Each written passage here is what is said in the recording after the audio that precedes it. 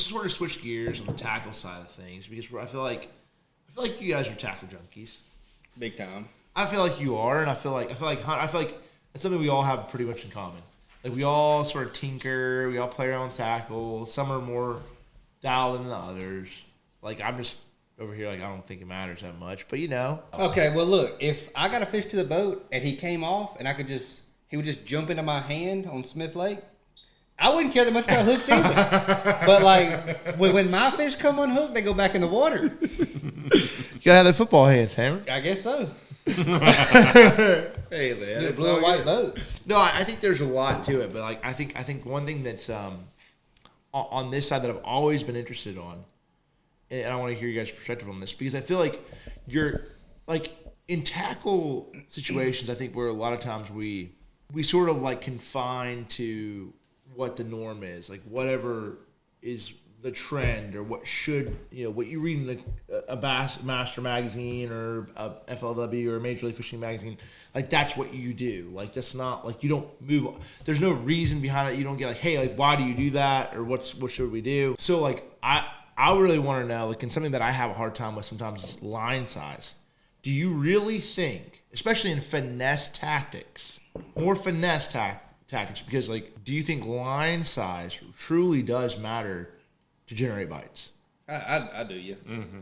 100%. Only because of fall rate and the drag it creates with your bait. Yep. Nothing to do with visible. So it's not that they actually visually see it. No. It's just like a lot of times finesse baits have smaller appendages. Yep. They create less vibration in the water. And if you have a bigger line size, it actually mutes down the action of the finessier baits because it creates such a drag on the water. The bait doesn't fall how it's naturally designed to fall. So that's my opinion on it. Yep. So you think it really does? I think it matters only for fall rate. Yeah. Okay, so you don't think they actually visually see the line, and that generates. I mean, if you're going to try to catch a smallmouth and 20 foot of visibility with 50-pound braid, you might catch like I bet that 20% joker less. would still bite. I bet most of them will still bite. Yep. Yeah. You probably catch 20% less. I actually think you're right. Yeah. Because I remember catching a smallmouth one time, You could tie straight white 10, braid 15. on black fly, and just no leader. This is a 5-pounder. But I guess it's fun to fight them on 6-pound tests around the boat 6 times. I don't know. I don't know why we see, do see, it. I catch them on like 12 and 10 Yeah. all the time. Yes. But I also, again, a lot of times those fish were unpressured, and I found them that were unpressured, untapped fish. It didn't matter. That it does not matter. No. Yeah. In those scenarios. But you find a group of fish that is goofier than all get out, and you can't get Group a of bite. fish hunters around, the same one that everybody else found. Now you're back down to 6 pounds. Yeah. I think there's times though there's a happy medium because if you sometimes you can't like what's too light. I will not throw lighter than 8. You won't throw lighter than 8. I mean, Okay. if I saw a reason for it, I'm open minded. But going next year, there's not going to be 7 or 6 in my boat. It'd be 8, and 8's only for certain things: Yep. hair jig, spy bait. That's it. So you think it matters? But see, why would it matter? See, that's the thing. Hair jig spy bait. Why would you think it matters? I don't think it matters. I don't think it matters that much either. I don't just feel think like it I does. can cast it a little bit better. Throw straight braid. I should throw straight braid. Definitely should throw Straight braid. Put a black line on that sucker. Yep. Because I mean, if you get the size of braid that's 10 or 12 pounds, It's smaller. it's tiny. It's What is it? way It smaller might than to- the fluorocarbon. It might be more invisible, yeah, than Yeah. fluorocarbon. It's way smaller Yeah. than that. Your diameter is way smaller. Yeah, it Way, could be way. more invisible. And your action, if you're saying your action of your bait is all that matters, then Yeah. but it's not a more abrasion resistant. No, but So therefore, but if for you're not those going two to the bottom, baits, for those two baits, but for those two baits, it's freaking unbelievable. yeah, could be. There you go. Now y'all see. David I may Fritz. try it. He cranks with braid. He does. It's unbelievable. What? He does. You didn't know that? No, David Fritz cranks with braids. like 16 or 18 pound or 20 or I something. don't know. Dude, Whatever it is, I don't know. but he So gets he'll it down crank there his faster. rod. It's so interesting to me. Yeah. So like, he'll have a big giant thing of choop right there in their corner. I love him. And he cranks his rod He's the like man. where it literally hangs over the side, and he has like that point, like where like a support point, and he cranks it. And when like he'll crank it down there, and it just want to walk up, and it's like that, just like this much the rod will load up. It'll. Hey back. Yep, got him. So And then if you look at the side of his butt, I can't No, I know exactly what you're about to say. Yeah. he's got all his crankbaits. But you know what I really say. Yeah.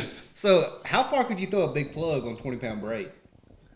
You throw it a long way, but the problem is the braid is like in that scenario. Okay, when you cast your line out there, like you can break 20-pound braid pretty easily. Oh, if it wraps over itself at all, it burns in half. Yeah, Gone. It's gone. So I'm not about that life. Yeah, but you could throw it a long way. You get that 10XD down there, like 100 foot 32 wouldn't be no feet. problem then. You probably could, but like you also like you have to have the right rod. The thing is, like some people love braid, but then also they have to adjust their rod Yeah. accordingly for that. Like then you can really throw like a 7-11 wimpy rod, but then you can't support the bait. Yeah. You actually cast it. And light braid's actually kind of weak, so you got to lob it then. Can't just like Right. snap it because 20-pound braid is not that. It's not as strong as 20-pound fluorocarbon. No, It'll break way No. faster. I mean, Yes. if you just like put it in a machine and try to break it, breaking strength may be the same. But usability Maybe. wise, what do you think? Also, carrier braid. What's your favorite? Like, do you? All right, I'm as a quiz. What's a stronger braid? A 4 carrier braid or an 8 carrier braid? the 4 is stronger. It is. Yeah. Yeah, it's not even opinion based. It's not even close. Yeah. It is. It's straight math. It's straight. Yeah. It's just straight Yeah. analytics. It's what it is. But the A-strand's a lot more fun to fish with. It's, Lot it's more smoother, smooth. Feels better. Yeah. It is. Yep. So that's the thing is like so. It's interesting because a lot of different companies make different braids, and so for the viewer out there, when you're picking and selecting your braid, there's 4 carrier braid, there's 8 carrier braid, there's 13 carrier braid, like 131. There's so many different ones. The more carriers, the smoother it is, but it's also less abrasion resistant. Yep. So you got to be careful on that. So like typically, like I like certain scenarios I like a 13 carrier braid. It's really good. Like that's the spinning rod braid. It's Right. or I actually flip with it, punch with it. Do you really? I do. That's a little bit backwards. I punch with it because it's so supple Yeah. and it goes through everything so much smoother. Yep. I know it's weird. It is, but Well, I do. I like to punch with it because it doesn't make that saw noise on the mat. I agree. But the Same 4-strand braid will cut the grass. here. Way better. Yeah. But it's like I feel like I can just make more efficient flips and pitches. I feel the throughout. same way. Yeah. And that's why I'm on the higher strands of braid on that side. Now, Hunter, you actually, you flip straight fluorocarbon most of the time. In wood. Not in grass. You flip braid fluoro, Yep. like almost all the time. Yep. It's just preference. I've What's your braid of choice? I like the X5 braid. So it's a 5 carrier. Yep. And I'll do the 50 pound to a 20 pound leader. 50. Yep. Now is that That's kind of braid? help. Is it like the diameter size helps? Yeah, but like 50-pound braid, like is that like a 15. I said 50. Oh, you said 15? 50. Yeah, I said 50-pound Okay. Yeah. braid. Yep.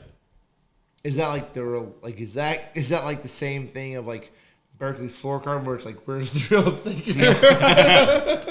No, it's 50 It's always the same pounds. way. I'm just kidding. But to the 20 pound leader, so I've become accustomed to this hook set. I don't do a lot.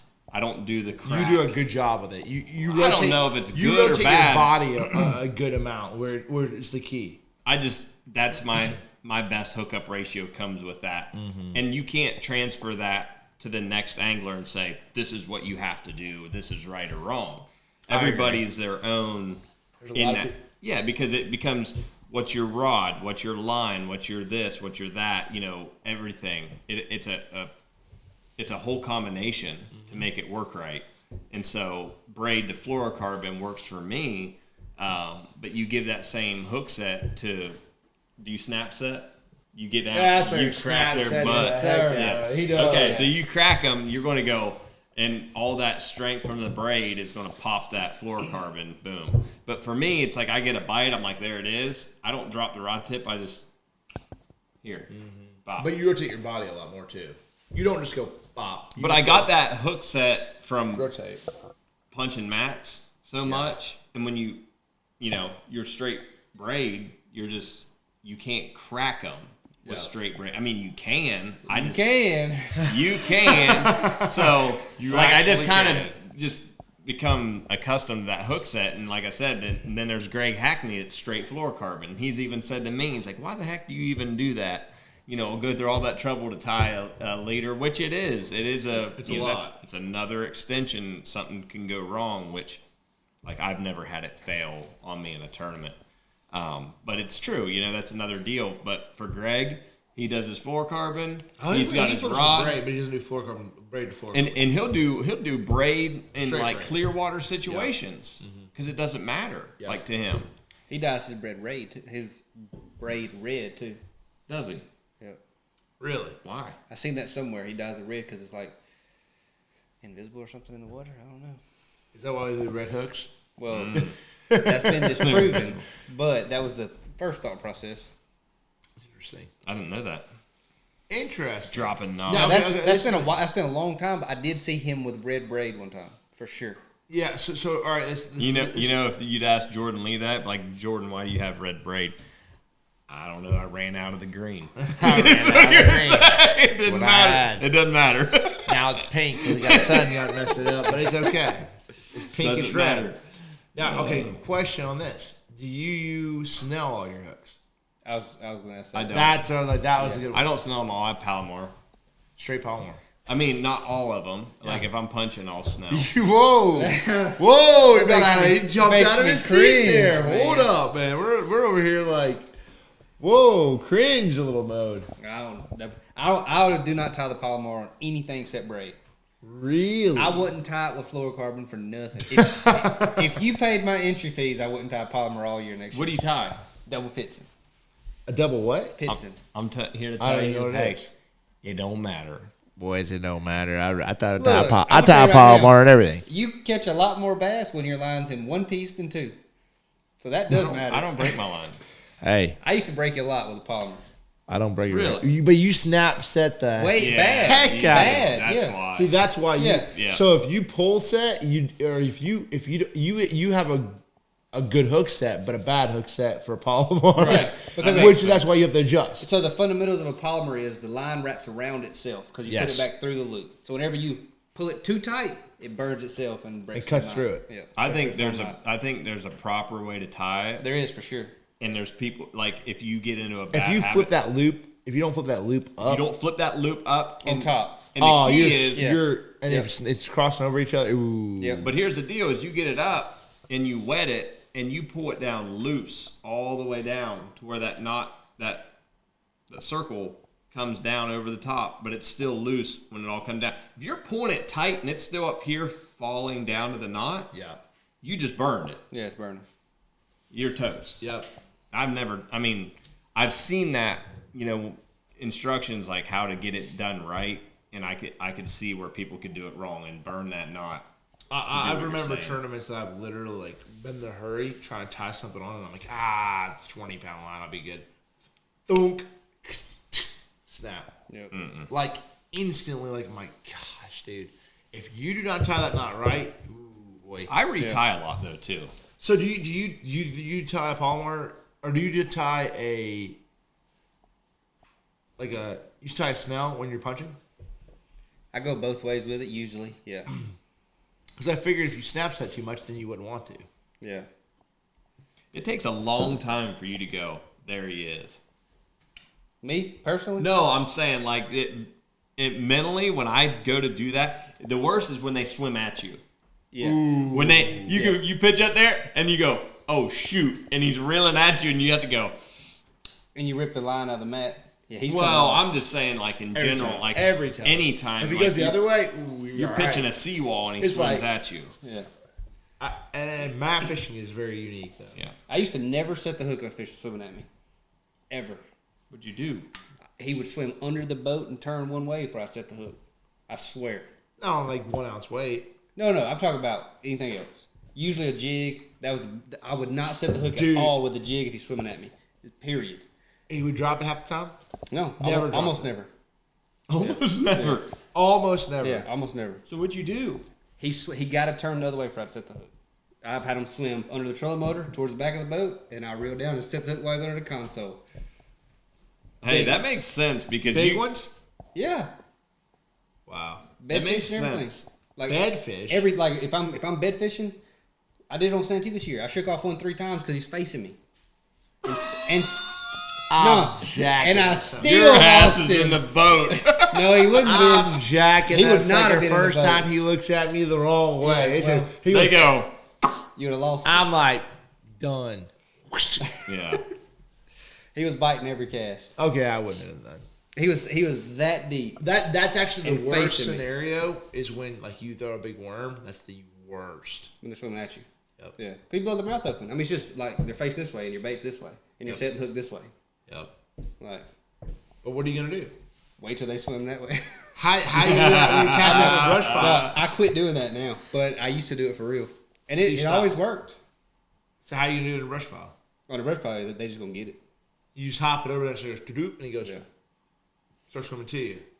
Yeah. What do? You need to back your boat up and get a different angle and go snap. Let them swim under it. Trolling motor on They high. back- like the Control different motor back direction. up on high. Your angle switches. You're like, got him. Maybe you could swing the front of the boat off to the sides, then you To get get more your, of a hook so set. you get the angle, not him. Yeah. Yeah. Yeah. Just- There you go. Swim around him. Don't You be him swim. swimming You around move around him. Heck, these troll motors are faster than heck these days. You know what's funny though is when you have a screw lock on, and in practice, how long those fish will hang on to something. Oh yeah. It's probably one of the most interesting things. Is like when you actually practice and you actually do flip, like how long they do. Or just Yeah. in general, like Yeah. they just hold on to it. It's like Yeah. And when they finally let it go, they'll eat it before it gets to the surface again. Yep. Yep. It makes it's sense to insane. get them Yeah. positioned. That's You would funny. think it's like because we rush it so much. Oh, in a tournament, boy, boom. Like it, like- it bites like you couldn't set the hook fast enough. But there's Can't. times I feel like they do get fickle. Like Yeah. especially spots are the worst. Yep. Like Spots are today. probably the worst. But a lot of times when they're acting like that, though, it don't matter what you do, you're not gonna hook them. Like Yeah. if you set the hook as fast as possible, or you wait, like you're just gonna miss them. It's like they just grab the claws or they grab They the got tail. they got the tail. They grab- Spots grab the back and Yeah, stuff a lot. bad. Yep, worse than anything else. And That's then why you rush. diet chartreuse. They not that, slacking. that's on it. like I've never understood that, but like that's You what people diet used to do. chartreuse for They- that. They used to dye the tail chartreuse. It's They like- go to nip so, on the tail. So now they focus on the tail more. Yeah. I don't get that either. Like, hey, just dip your Now damn they hook. did in They chartreuse. like Yeah. some chartreuse dye. I Hey, don't I'm gonna care. dip They my do. hook in chartreuse, guys. That actually probably would work a little bit better. It might. chartreuse jig head. Or it don't matter. Chartreuse hook. Jig head. Hook. Jig head. I am telling you, buddy. Chartreuse hook. So, Chartreuse for spots, blues for smallmouth, and reds for largemouth. yeah, Yeah. that's what I was thinking about it. Yep. All right, so do you think how big are you on color? Like color's like an interesting thing because I think there's times it matters. Soft baits, no. So soft baits, no. I don't care. I don't give a. Hard baits, I want to be a little bit more how I want them Interesting. because they already don't look real at all. Soft. Don't even look like they're eating. So like, I'm more particular about hard bait colors though, for sure. Really Yeah, soft bait colors, it's whatever. That's how I feel. interesting. Well, you're no one neither. No, I actually am. Soft baits. Combination. Yeah. I'm actually soft baits. Yeah, I'm actually soft baits. I'm more like. I was gonna want 'em say right. I'm more on. I'm more soft baits. I want the stuff right. Yeah. Or hard baits, I don't care as much. I'm the exact Hard- I'm a little more. So so a soft bait. If I have green pumpkin, now there is times I do feel like green because they have more time to look at it. That's where I'm at. Okay, hard baits they have less time to look at it, so I feel like hues matter. like reaction. Yeah, it's like I snap something through there. A red crankbait. If it's a now I've seen it matter different shades of red. I have. Oh, 100%. I have. Like muter down, water's cleaner. Scenario, but. Translucent red compared to straight red. Yes, or like fluorescent red. So y'all are sitting here telling me hard baits don't matter, then going But tell me all the time hey, it but matters? it does matter. It does. It all matters, but it don't matter. But it all matters. If you're fishing in a private pond, it Dude, don't matter. here's the bottom line. I think it's more like this.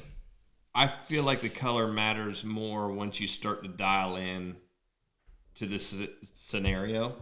So, you know, prime example, like Chick this year. I was getting bit on a crankbait, but then I had to go through to a translucent square bill, translucent red, which it wasn't like that big of a deal, you know, but just to make that subtle change, like I could tell how they were eating the bait better. You know, the water had cleaned up a little bit, and they ate it better. So figuring That's the common denominator. like little The cleaner subtle, the water, the more the color matters. I can see that. In particular, that's my personal opinion. Yeah, for sure. So you structured the whole question wrong. So it's like this. I didn't say it doesn't matter. I didn't say it doesn't matter. You should have just said, "Does color matter to you? Yes or no?" Regardless. But it's so many different scenarios. You can't say it like that. You got to say this Top doesn't matter. 3 scenarios go. Your top 3. Give me your top 3 different color scenarios go. I've seen like some times where